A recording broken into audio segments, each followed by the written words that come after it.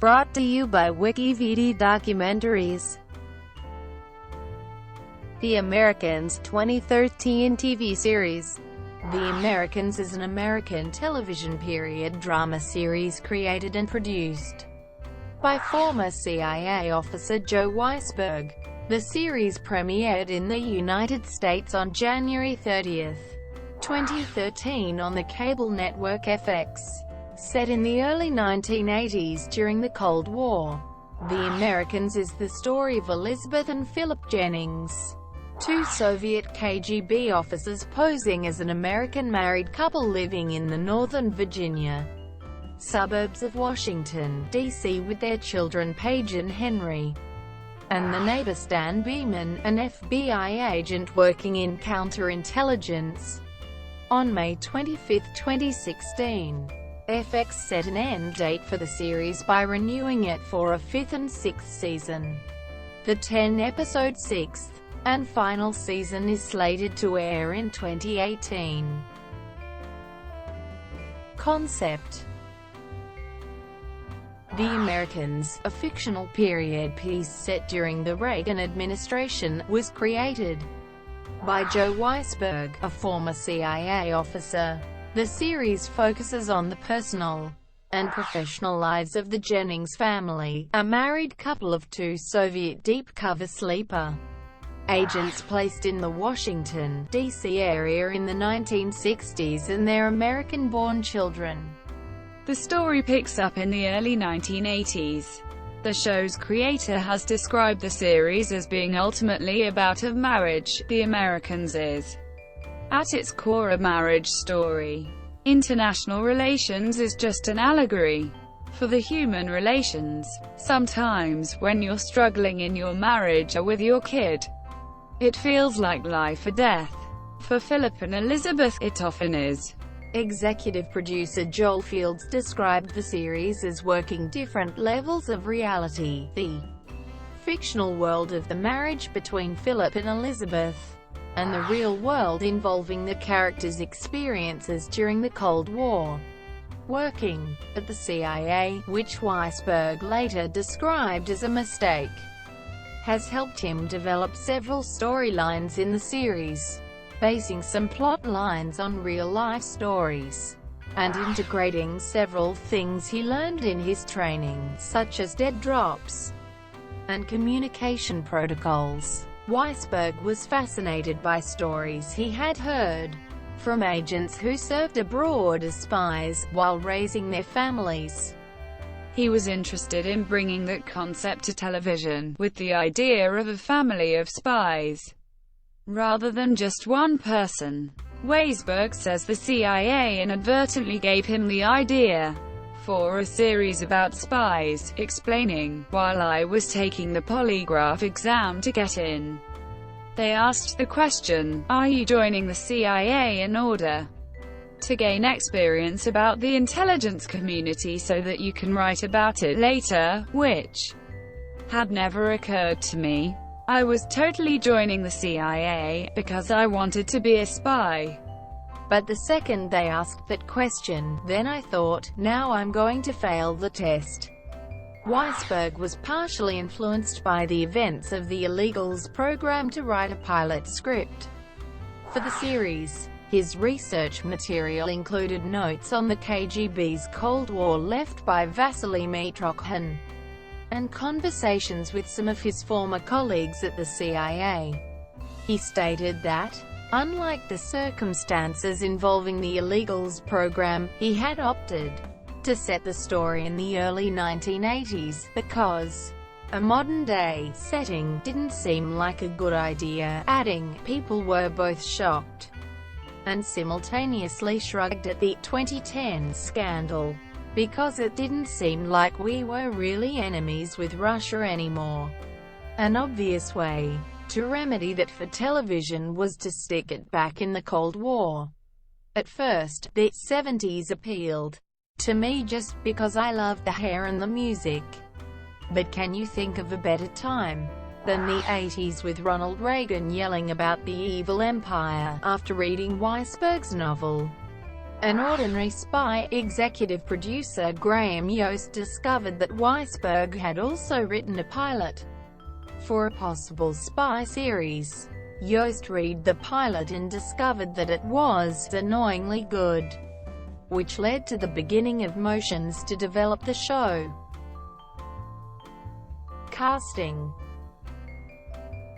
Weisberg said he had no idea about who would star in the series before casting began. FX president John Landgraf had the idea to cast Kerry Russell in the series.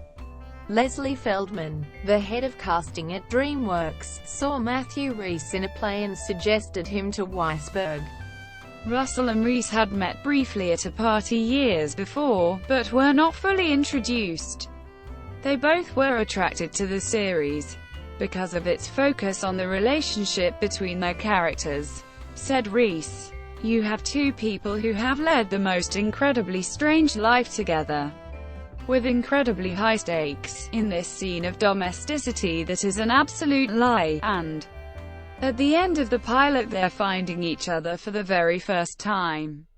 Russell described the pilot script as interesting, continuing, "It was so far from a procedural, and originally, I didn't know that I wanted to do it.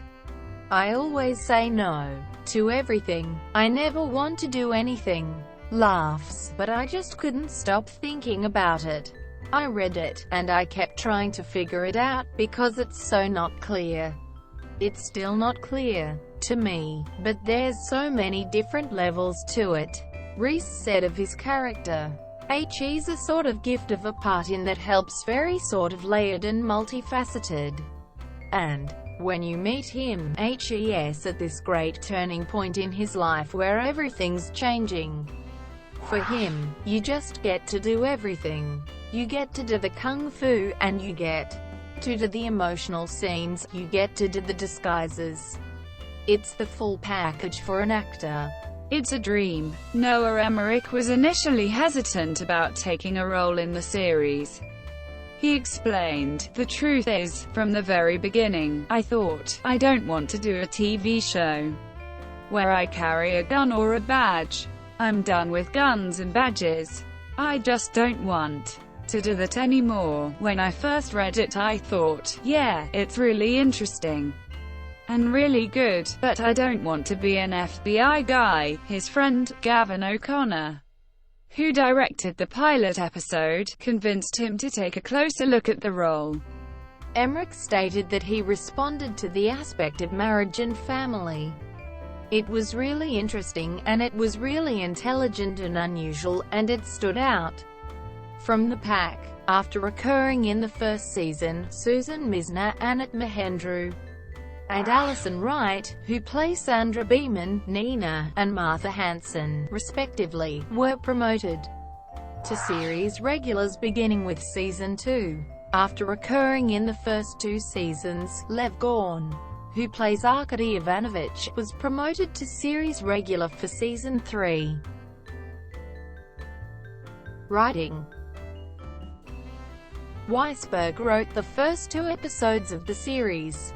Landgraf, who did not know Weisberg, but liked the series, suggested Joel Fields as a potential collaborator and co-showrunner with Weisberg. Fields, in turn, persuaded TV writing legend Joshua Brand, with whom he had been working on a new pilot, to join the show shortly after the start.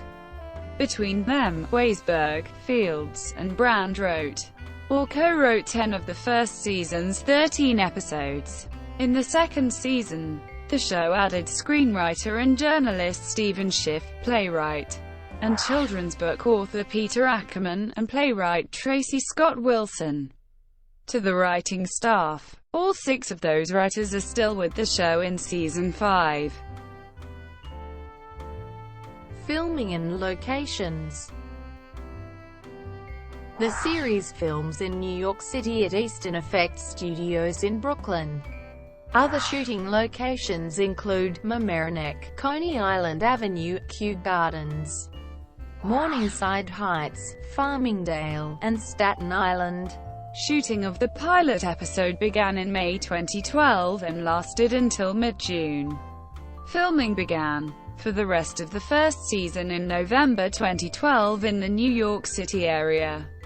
The production used location shots to simulate a dramatic setting of Washington, D.C.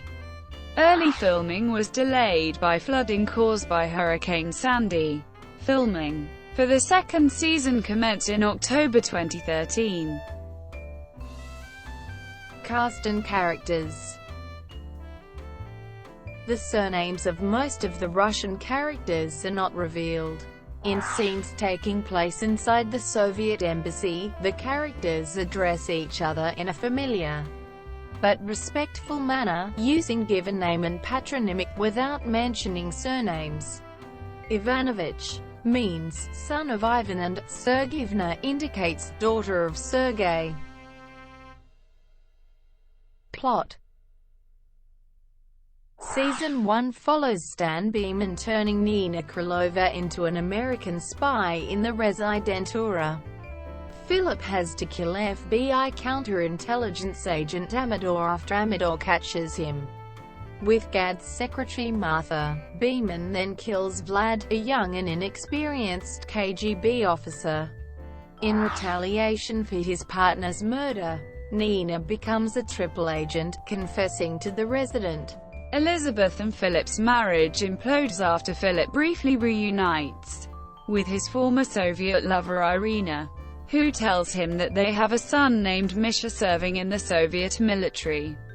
The Jennings reconcile after the death of Elizabeth's former lover Gregory. The season ends after Nina blows up an FBI operation to capture Elizabeth while she picks up a dead drop that is under surveillance. But Elizabeth is shot and badly wounded during the escape. Season 2 follows the Jennings attempting to capture technology and data relating to the United States' efforts to develop stealth aircraft, including kidnapping Russian defector Anton, who is a scientist on the project. At the same time, Elizabeth and Philip attempt to solve the murders of two other Directorate S operatives, Leanne and Emmett. Believing that Captain Larrick, a Navy SEAL, is responsible, they agree to free him from blackmail after he gets them access to a training camp for Nicaraguan Contras. At the end of the season, it is revealed that Jared, Leanne and Emmett's son, murdered his parents after they discovered he had been recruited by the KGB. They are then approached by Claudia, their handler, who informs them that their daughter Paige has been selected as the next recruit, under a program to develop second-generation illegals, who can pass background checks and presumably be hired by the FBI and the CIA. When Nina fails to turn Stan into a double agent, she is arrested by the KGB for espionage and returned to the USSR. Season 3 features the Jennings coping with the stress of preparing themselves to reveal their true nature to Paige. To make her more comfortable with the notion, Elizabeth becomes more involved with Paige's church activities. Meanwhile, Elizabeth learns her mother is dying and remembers their life together in Russia. The main storylines for the season include the arrival of a Soviet defector whom Stan is assigned to monitor, the war in Afghanistan. Other plots include exploring the relationship between the Soviet Union and the anti-apartheid movement, the manipulated Martha's secret spying on her FBI bosses being uncovered, Nina's time in a Soviet gulag, and Oleg's attempts to protect her through his father's influence. In the middle of Season 3, Philip and Elizabeth reveal their true identities as Soviet agents to Paige, who ultimately travels to Germany along with Elizabeth for a secret visit to her ailing grandmother. Philip arranges the murder of an FBI employee who then is framed for the spying in the FBI, in order to protect Martha. However, the trip to Germany only increases Paige's contempt for her parents, leading to her calling her reverend mentor and revealing her family's secret to him. Season 4 picks up immediately after the end of Season 3 and deals with the consequences of Paige's confession to Pastor Tim, which her parents quickly uncover, as well as Soviet espionage within the American bioweapons program, which is being conducted by William. In other Soviet illegal, Nina tries to help Anton send a message to his son back in the US, but the message is intercepted, and she is executed. Stan becomes suspicious of Martha as the true source of the bug in the FBI offices. But before he finds definitive evidence to prove it, the KGB manages to smuggle her to Russia. As a consequence, Agent Gard is replaced as head of FBI counterintelligence, and Gard is then murdered several months later during a failed KGB attempt to turn him. After volunteering at Pastor Tim's food bank, Elizabeth and Paige are confronted by muggers, and Elizabeth kills one of them to escape, exacerbating Paige's crisis of conscience. Oleg decides to return home to the USSR to be with his grieving parents.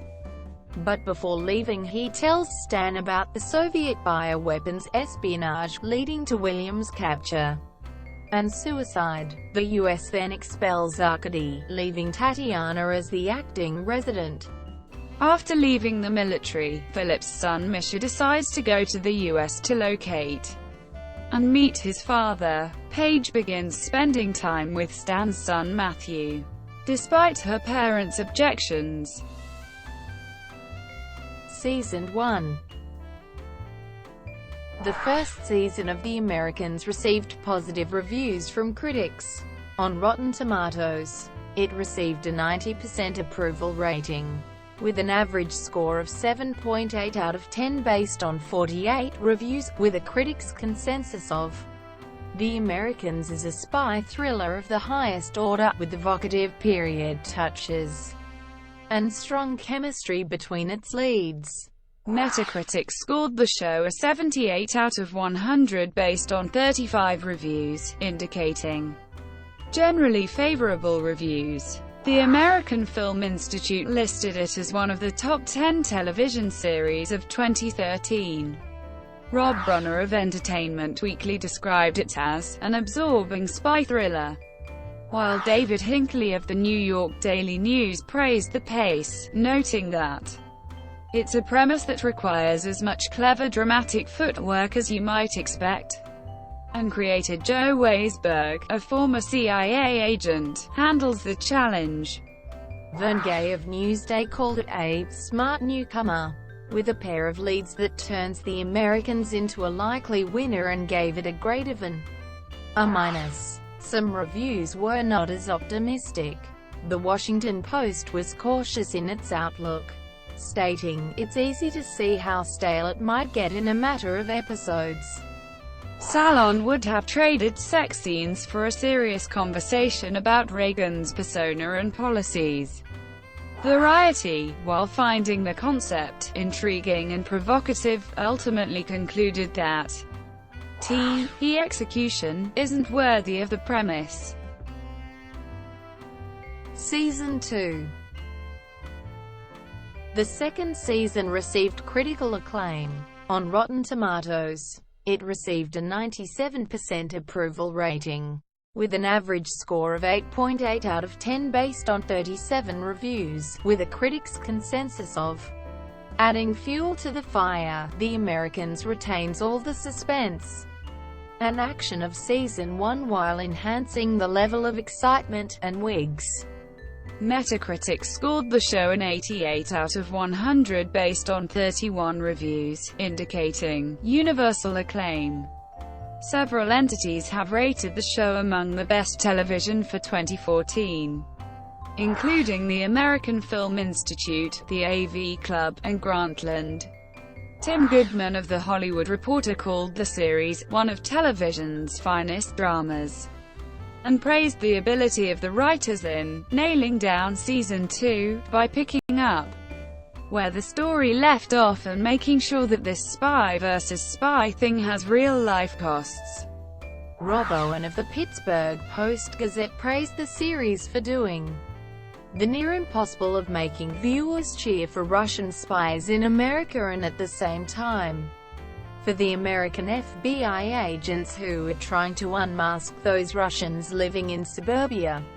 Alan Sepinwall of HitFix praised the second season, stating how the show has taken a major creative leap, the kind that can elevate a show from a strong example of its era to one that transcends eras. Mary McNamara of the Los Angeles Times did not approve of its portrayal of the children, expressing concern for how viewers are expected to accept the dangerous situations the children are placed in while the show continues to use crime and violence to advance the story in The Americans and other like-minded shows. The New York Daily News questioned its survivability. Credibility starts to fray when our heroes, or anti-heroes, keep needing miraculous last-second evasions and escapes. Season 3.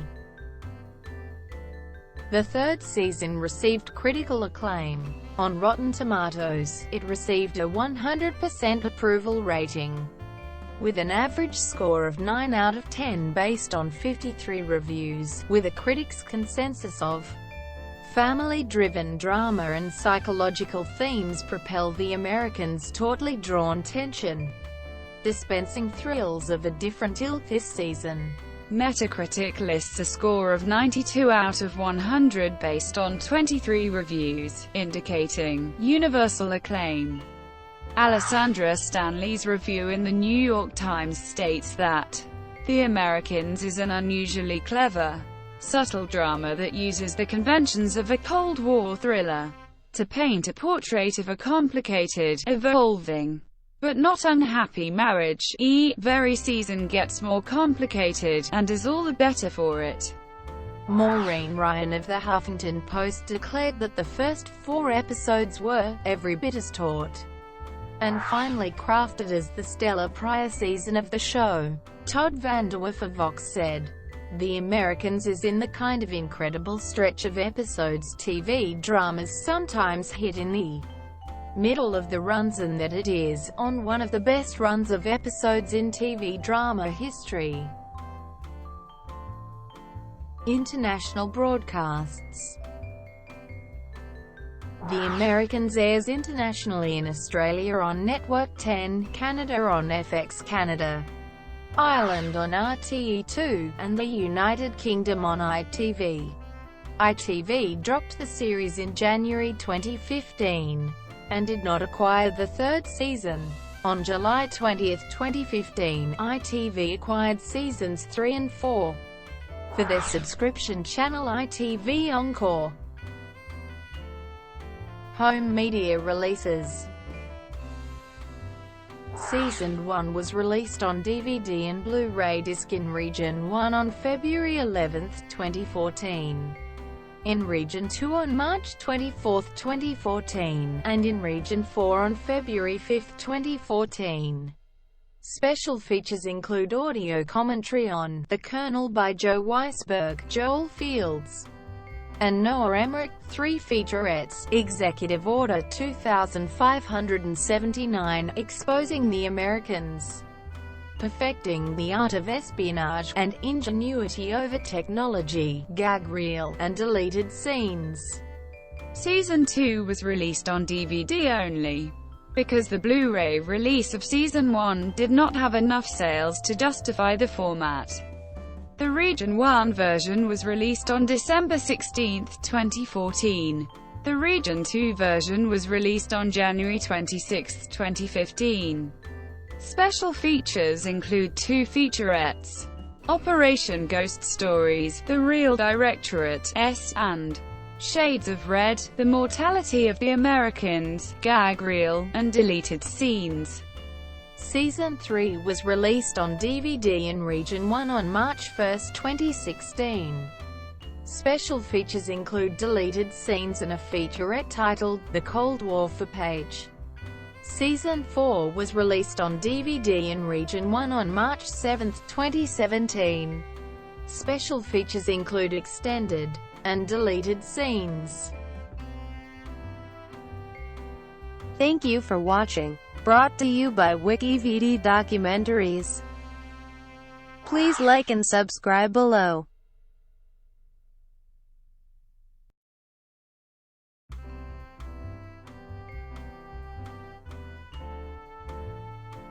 Please like and subscribe below.